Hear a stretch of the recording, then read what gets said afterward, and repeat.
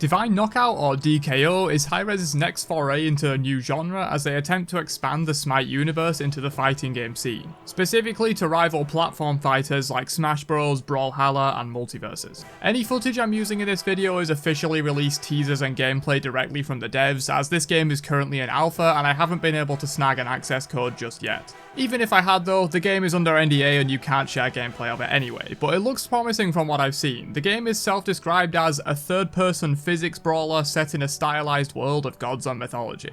And that's the first and most obvious thing DKO has going for it besides the genre. That's that it's using the Smite universe and god designs, which I think already gives it a leg up with legacy HiRez enjoyers such as myself. Being able to fight as Amaterasu or Hercules in a different style of game is definitely appealing to me by itself. They're also in a sort of chibi style, so anyone who loves that sort of stuff from Smite, this game has you covered. For me, I can take it or leave it, but the game definitely has a unique art style, and seeing some of my favourite Smite gods fight like this definitely looks cool and worth trying. I mentioned earlier I've signed up for the alpha but haven't gotten into it yet, and that's currently the only way to try the game besides public code giveaways that are likely sniped by bots before you can even get one, but you're welcome to try those with the official Twitter account of the game, which is @DKOGame on Twitter. Otherwise, you can head over to divineknockout.com and sign up for the alpha there and pray to get a code the next time they distribute them. In terms of an actual release window, there's no set date yet, but the development team behind DKO, Redbeard Games, a subsidiary of HiRez, have said they're hoping to get the game out publicly by the end of 2022. That statement was made a few months back in June, but that would mean DKO will be available in the next 2.5 months at the absolute latest, assuming no delays. The game is going to be on PC, Xbox and PlayStation for the time being, with no planned Switch release, probably because it competes directly with Nintendo's own title in the same genre on that platform. And as with Smite, there will be full crossplay and cross-progression across all platforms. DKO will also be at TwitchCon San Diego on the weekend of October 7th to 9th with a playable demo of the game, so we'll almost certainly get some more info and maybe full gameplay there, and if any of you are going to TwitchCon, you can give the game a try firsthand using the demo. But let's talk a bit more about the gameplay of Divine Knockout though, as that's what most of you probably came here for. So as I mentioned at the start of the video, this is a platform fighter or physics brawler, which is the term they use for it.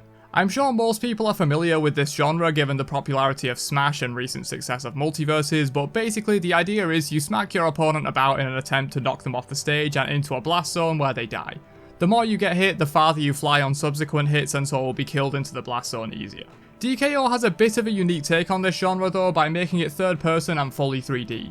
Your god will have access to what looks like 3 different basic abilities and an ultimate, which will be very familiar to Smite players. These abilities aren't necessarily the same as in Smite, but the number of them and the fact that you have an ult is definitely similar. You also have a dash button that appears to be universal across all gods and has a 3-second cooldown.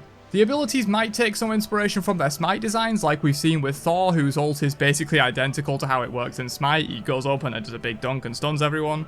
But some aren't the same, as we've seen with Ymir's ult, which makes him a rolling snowball that picks up enemies as he rolls and can take them off the map, very different to his Smite ult. I imagine some of the Smite abilities that translate well to a platform fighter might be kept for cross-promotion reasons, and others might be redesigned like Ymir's. The game's main mode is intended to be a 3v3 team-based brawl with what I assume will be different roles assigned to each god. This is speculation and I haven't found anything confirming this, but I would assume based on the fact that it's a team game and it uses Smite gods, some with similar abilities to what they have in Smite, that some gods will be designed as tanks, some as healers, some as ranged DPS/killers, some as melee DPS/killers, etc. As with Smite though, the main mode isn't the only mode, and they also plan to bring 1v1s, King of the Hill, and Oddball, where you hold the oddball to score points for your team and win that way.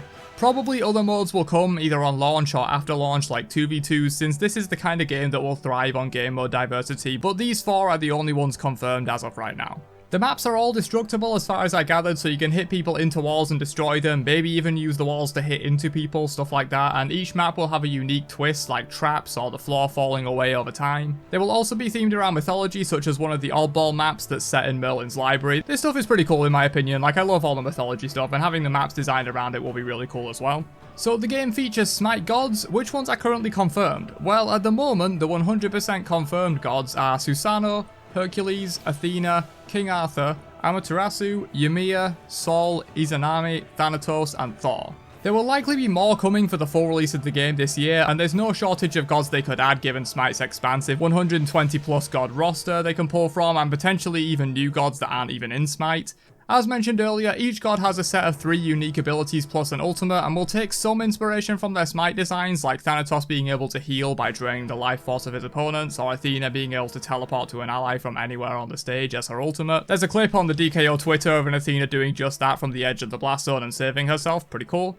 Each god will also have a standard basic attack to use in between abilities, much like they do in Smite. But that's everything we know so far on Divine Knockout, HiRez next game, and one based in the Smite universe. I'll finish up the video with some of my personal thoughts on the game, so this is where the information ends and my speculation and personal input begins. So in general, I think this game has a lot of potential. I'm sure third-person platform fighters do exist, but as far as I know, there aren't any majorly successful ones that I know of, and that could differentiate DKO from others in the genre, and it does appear that there's interest to be had in the area of platform fighters. Multiverses was a pretty successful launch, and fighting games in general are having a little bit of a renaissance at the moment, so I think it's a good time to launch a game like this. The gameplay looks pretty fun, albeit a bit basic. They made a huge deal out of this idea that you don't have to learn any complex inputs or combos, everything is just one button, which to some of you might sound great, but in my personal opinion that screams that they want the game to be incredibly accessible with no real depth, and that does scare me a little bit. But we want to make it easy for all players to jump in. Each ability is mapped to a single button so you can feel powerful without having to memorize complex movesets. Since I like a game with complex mechanics and stuff to really delve deep into and improve at, even within Smash, a literal kids game, there are plenty of mechanics that aren't made super obvious and are fairly technical to do that you can learn to improve, and I feel DKO might be a bit lacking in that department given their heavy focus on the fact that it's just 4 buttons and that's it. One thing I do like that they're focusing on though is the wide range of game modes. They've already announced stock-based 3v3, 1v1, King of the Hill and Oddball, and I would assume more game modes are coming in the future. 2v2 is something I especially want to see.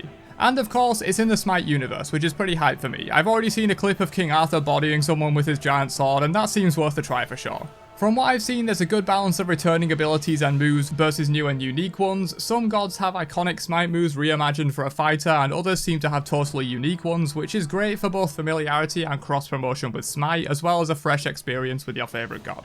But that's all I've got for Divine Knockout. As I said, I've signed up for the alpha, and if I get in, I'll share my first-hand thoughts with you. You can't post gameplay and screenshots and stuff like that, but I think you can talk about your experience and how it plays with no actual of your gameplay. Plus, the game will be launching in the next few months anyway, at which point I'll probably post some actual gameplay and my full thoughts. But for now, I'm, let's say, cautiously optimistic for this game and what it has to offer. Have a great day, and peace out, you nerds.